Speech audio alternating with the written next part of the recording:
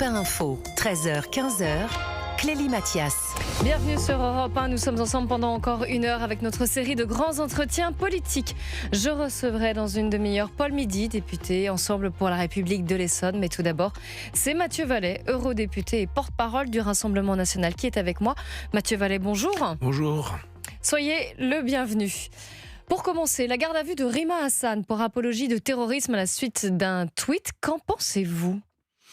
Écoutez, il y a eu beaucoup de plaintes déposées contre Rima Hassan pour notamment des faits dénoncés d'apologie du terrorisme. On se demandait ce que faisait la justice. C'est bien qu'elle soit placée en garde à vue et qu'elle allait rendre des comptes aux enquêteurs qui travaillent sous l'égide de magistrats, puisque ça faisait un moment qu'on se demandait ce que faisait évidemment la justice et que dans notre République, il faut respecter la loi et que nul n'est au-dessus des lois. Donc c'est mieux vaut tard que jamais. Voilà, ça a mis un peu de temps, mais on se satisfait qu'il puisse y avoir des comptes qui soient rendus par cette députée, eu égard aux propos qui sont dénoncés et que certains lui reprochent, notamment ces propos liés à ce qui pourrait être constitutif de l'apologie du terrorisme. Alors, je rappelle, c'est la mise en cause, elle a été faite à cause d'un tweet qui a été publié fin mars où elle cite un terroriste de l'armée rouge japonaise responsable d'un attentat en Israël. C'était en 1972. Qu'elle a supprimé d'ailleurs voilà, depuis. alors l'attentat avait fait 26 victimes. Tant qu'il y aura oppression, la résistance ne sera pas seulement un droit, mais un devoir. C'est ce qu'elle avait écrit et elle avait retiré son tweet. Mais donc été. Il n'y a rien d'étonnant puisque mise en garde à vue. Il n'y a rien d'étonnant puisque. Pardon, il n'y a rien d'étonnant puisqu'elle considère le Hamas comme une organisation terroriste. Elle l'avait dit dans des déclarations précédentes, ça fait déjà l'objet d'un signalement. Bon, il n'y avait visiblement pas eu de garde à vue à l'époque sur ce sujet. Elle réitère avec le sujet que vous venez d'évoquer par rapport à ce tweet qui serait jugé de l'apologie du terrorisme. Donc c'est bien qu'il y ait enfin une mesure judiciaire qui soit prise par l'autorité judiciaire et qu'elle ait des comptes à rendre à cette autorité par le biais d'enquêteurs. C'est indispensable dans une démocratie. Je le répète, nul n'est au-dessus des lois et il est grand temps qu'elle s'explique parce que quand on laisse faire les gens et qu'il n'y a absolument pas de frein qui est mis par la justice ou en tout cas qu'il n'y ait pas de compte qui est demandé par la justice, et bien évidemment ça ne s'arrête pas. Plus largement, est-ce que vous pensez que ces caractéristiques d'un positionnement, d'une stratégie de la France insoumise ?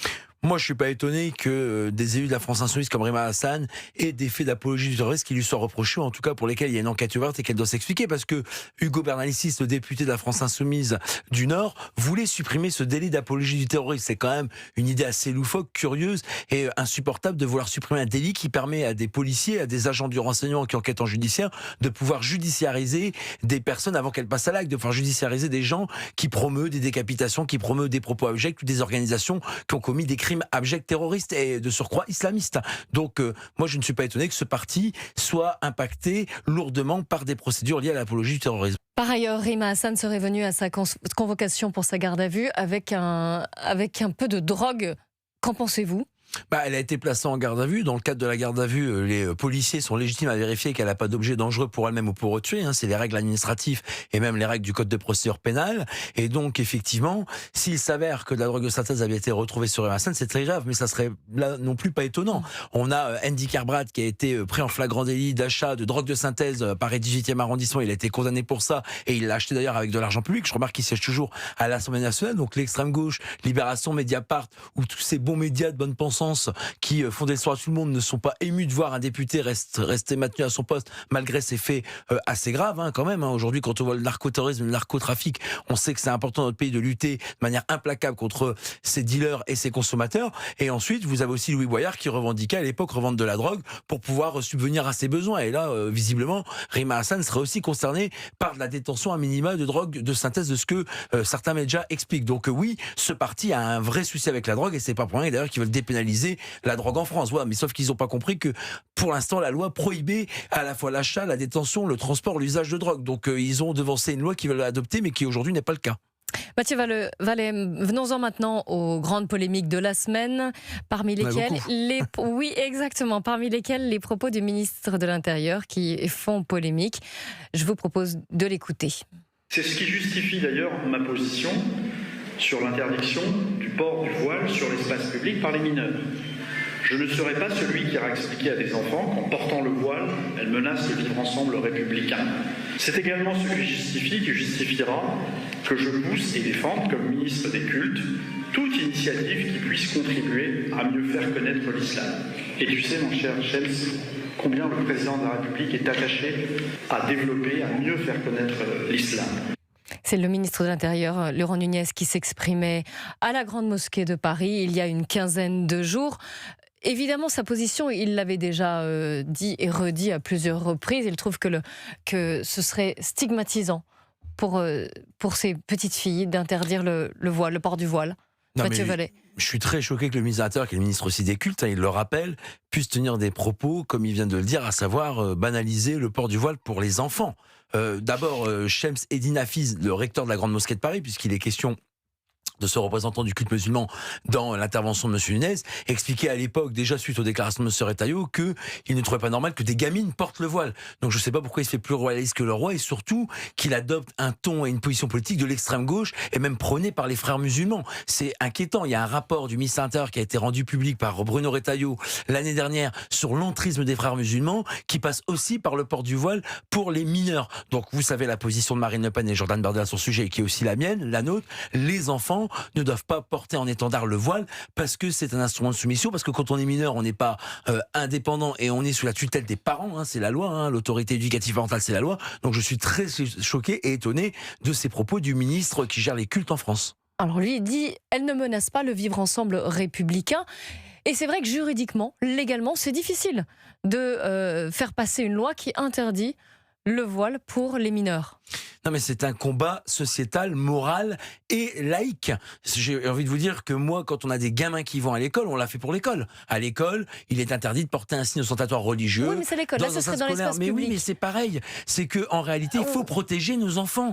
On ne sait pas pour ces gamins, pour ces gamines, pour l'occurrence pour ces gamines, pardon, lorsqu'ils portent des signes religieux comme le voile, on sait très bien que c'est un signe d'étendard de soumission à l'islamisme et que les frères musulmans prônent ce port de signes religieux pour les gamines. Et d'ailleurs, le grand recteur de la mosquée de Paris, qu'on ne va pas taxer ni de facho, ni de raciste, d'islamophobe, puisque c'est le terme inventé par les frères musulmans pour victimiser, soi-disant, les musulmans qui est absolument pas défendus par ce genre de groupuscules qui sont dangereux pour la République. Hein, je rappelle que dans des pays arabes comme l'Égypte, comme l'Arabie Saoudite ou comme d'autres pays, les frères musulmans sont interdits, sont des organisations classées comme terroristes et interdites. Non, M. Nunez n'a pas raison. Il ne faut pas permettre à des gamines de pouvoir porter le voile, et c'est le grand recteur de la mosquée de Paris qui le dit. Oui, mais c'est difficile à interdire, encore une fois. Il faudrait changer la loi.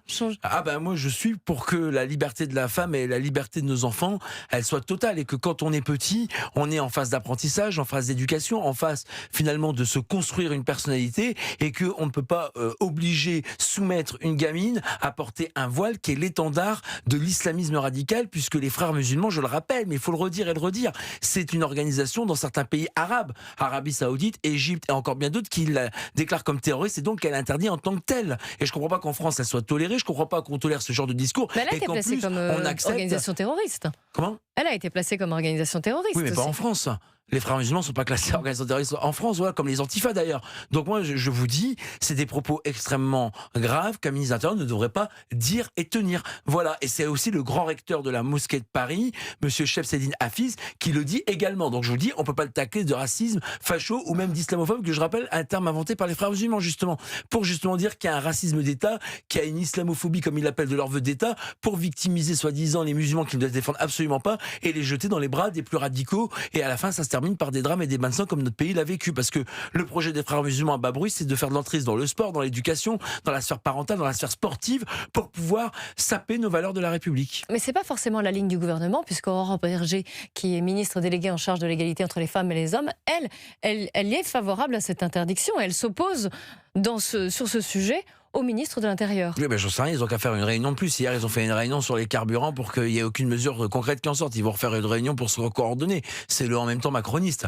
On a des gens qui nous disent qu'ils sont contre le port du voile pour les fillettes. On a d'autres gens qui nous disent qu'ils sont pour. Il y avait une réunion du gouvernement mercredi matin. Voilà, donc je comprends pas qu'ils aient pas accordé leur violon. En tout cas, quand on a des convictions solides, on ne devrait même pas avoir à accorder nos violons. Dans mon parti, tout le monde porte la même position parce que notre but, c'est de défendre ces filles et ces garçons, même tous les enfants de la République, quels qu'ils soient. Et nous, on n'est pas là à stigmatiser les gens en fonction de leur couleur de peau, de leur religion, de leur conviction religieuse. Ça, c'est la France insoumise. Quand ils parlent à longueur de journée des racisés, quand ils disent que tout blanc, tout moche, je dis que c'est Jean-Luc Mélenchon, c'est ces gens-là qui sont dangereux et qui réduisent les gens à leur couleur de peau, même aujourd'hui, à un signe religieux qui, pour eux, est l'étendard d'un islamisme islamisme qu'ils ne dénoncent pas, voilà, et dont ils estiment que le Hamas est une organisation terroriste, qui n'est pas une organisation terroriste islamiste, pardon. Moi je considère que c'est une organisation terroriste, mais eux non, puisqu'ils estiment que c'est de la résistance. On avait compris. Mathieu Vallée, on reste ensemble, on parlera justement de la France Insoumise et également des ZFE, les zones à faible émission. On reste ensemble, je rappelle que vous êtes eurodéputé et porte-parole du RN. On marque une pause dans Europe 1 Info, mais on se retrouve dans quelques minutes.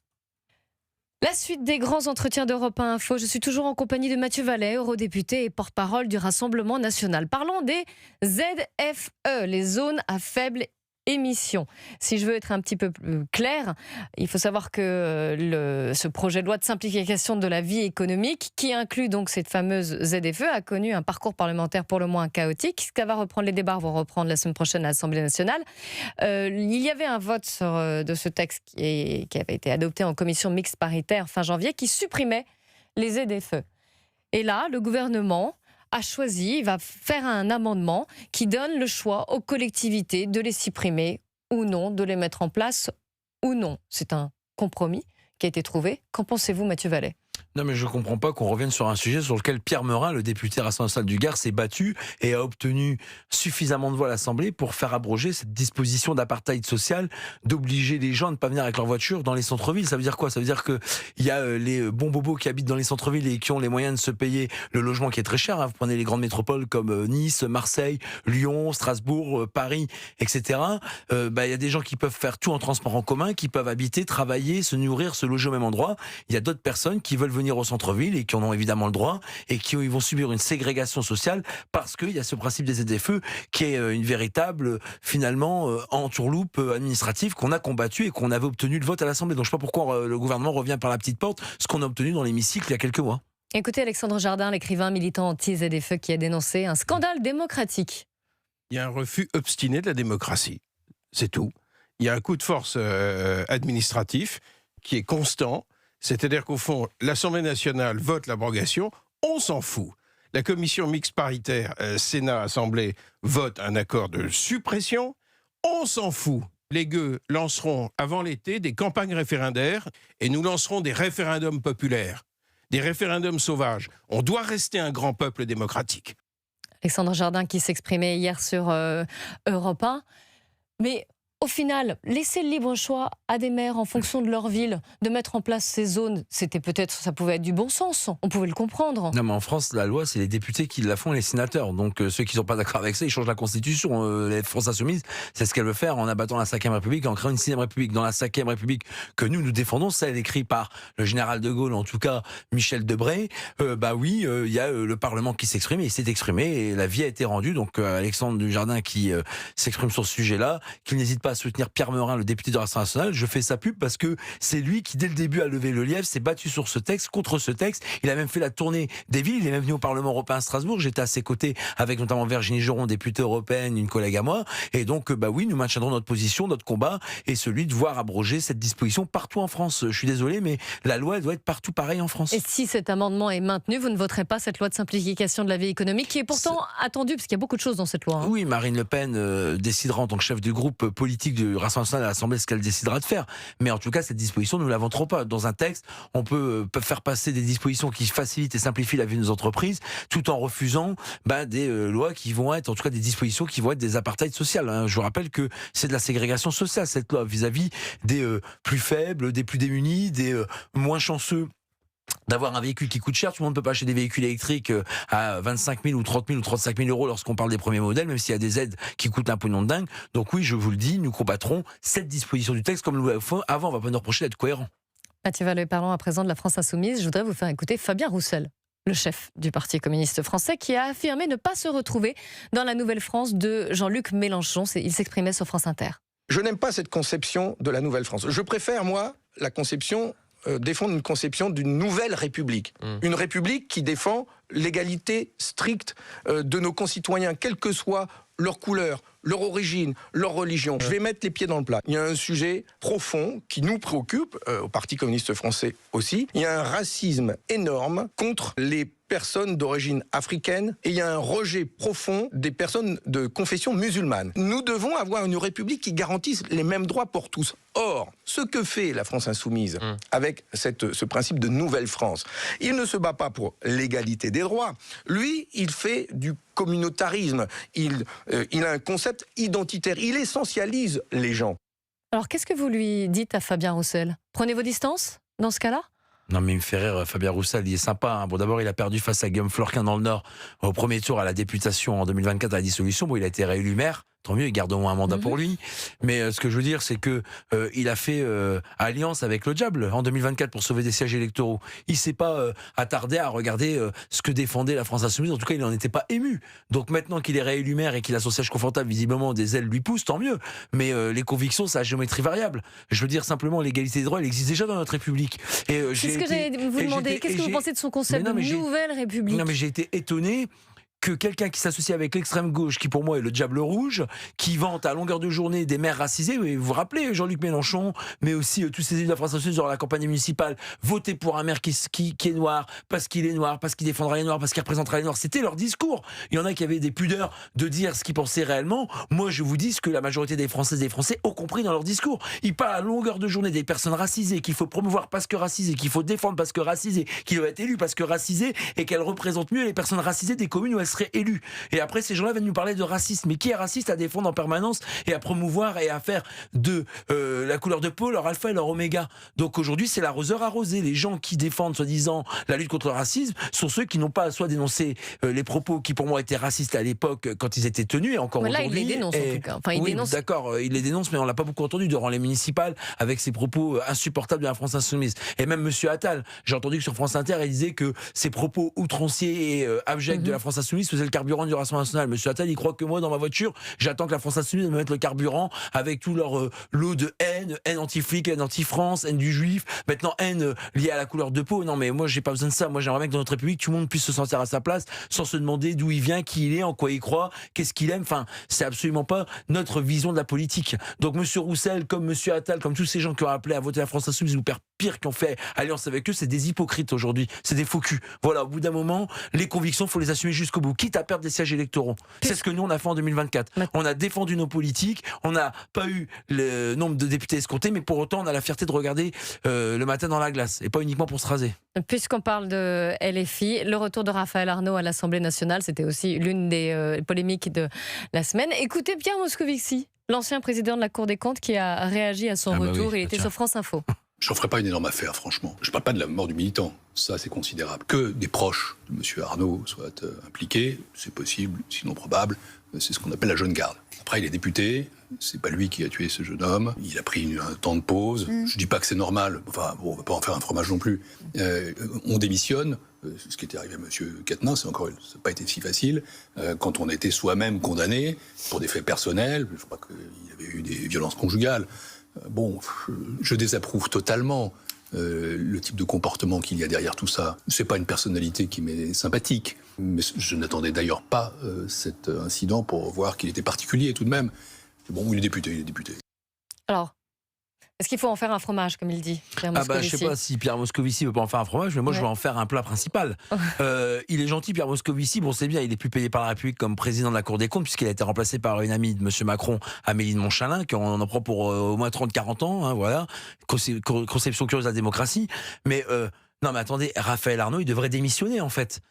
C'est quand même formidable dans ce parti qui distribue à longueur de journée des brevets de respectabilité, qui taxe mon parti de facho, de raciste, de tous les mots possibles et imaginables, mais eux, ils ont jamais rien à se reprocher, jamais rien à changer. Adrien Quatennens, c'est pas son parti qui l'a obligé à partir, c'est lui qui a démissionné. Et pardon, oui, la France insoumise, M. Mélenchon en tête, expliqué que c'est juste une gifle, mais il y a juste un féminicide en France tous les 3 jours. Enfin voilà, au bout d'un moment, moi, quand je prenais des plaintes, ça commençait par des brimades, des humiliations, des gifles, et après ça termine par une femme morte tous les 3 jours. Alors revenons-en à Raphaël Arnaud. Oui, mais c'est pareil. Qui s'est exprimé d'ailleurs dans le média de la drogue avec de l'argent public est toujours député, comme M. Raphaël Arnaud dont les assistants, alors il y a une instruction toujours en cours, mais ils sont quand même écroués pour 2 d'entre eux pour homicide ou complicité d'homicide. Lui n'a pas été mis en cause dans cette affaire. Non mais il a créé la jeune garde quand même. L'enquête est en train de démontrer que ces 3 assistants faisaient partie de la mouvance de l'ultra-gauche. Il n'y a pas besoin de faire Saint-Cyr, Sciences Po ou l'ENA pour être un grand clerc pour comprendre ça. Donc il a créé un mouvement, une milice violente. Il a d'ailleurs été condamné pour des violences volontaires en Réunion. Lui c'est pareil, il est toujours en place, hein, M. Arnaud. Et on verra ce que le reste de l'enquête dira. Elle n'est pas terminée. terminée l'enquête. Donc moi aussi, je suis impatient de savoir Mais ce que pour l'enquête l'instant, va il a donner. été élu, il reprend son poste. Ah oui, d'accord. Son Donc pour le siège. Rassemblement national, sur des suspicions ou sur finalement quelques éléments non prouvés, on devrait tout de suite démissionner et finalement se mettre à genoux au sol, hein, comme M. Castaner voulait le faire face au Traoré. Mais quand c'est des faits avérés pour lesquels ils ont été condamnés, M. Arnaud a été condamné pour des violences, M. Carbrad pour de la drogue, M. Catanas pour des violences conjugales, M. Mélenchon pour des intimidations et des violences, des Mais rébellions. ça voudrait dire qu'il faudrait être vierge de tout casier judiciaire ça pour se voudrait surtout dire que présenter et pour siéger le dans grand l'hémicycle. ménage des brebis galeuses ou des députés qui sont des brebis galeuses de la France Insoumise, c'est pas pour tout de suite. Et je vois pas Libération, Mediapart poser des questions en conférence de presse ou en faire un fromage justement lorsqu'ils posent des questions à la France Insoumise. Visiblement, ils s'en sont accommodés. Non mais moi je trouve ça hallucinant. On exige du Rassemblement national ce qu'on n'exige pas des autres partis. Nous on est lasérisés en permanence sur parfois des éléments de politique, on n'est pas d'accord avec nous, il faudrait qu'on démissionne ou qu'on démissionne des gens. Eux ils ont des condamnations pénales non susceptibles d'appel et qui sont définitives et ils restent en place. À part M. Catanas, parce que évidemment ça a quand même choqué qui gifle juste une femme. Mais moi je veux dire, il n'y a pas juste une femme et j'en ferai plus qu'un fromage, j'en ferai un combat et j'en ferai un combat de ma vie. On ne touche pas à qui que ce soit dans le politique, encore moins à des femmes. Merci Mathieu Vallet. Je rappelle que vous êtes eurodéputé et porte-parole du Rassemblement Merci national. à vous. Dans un instant, je recevrai Paul Midi, député Ensemble pour la République de l'Essonne. A tout de suite sur Europe.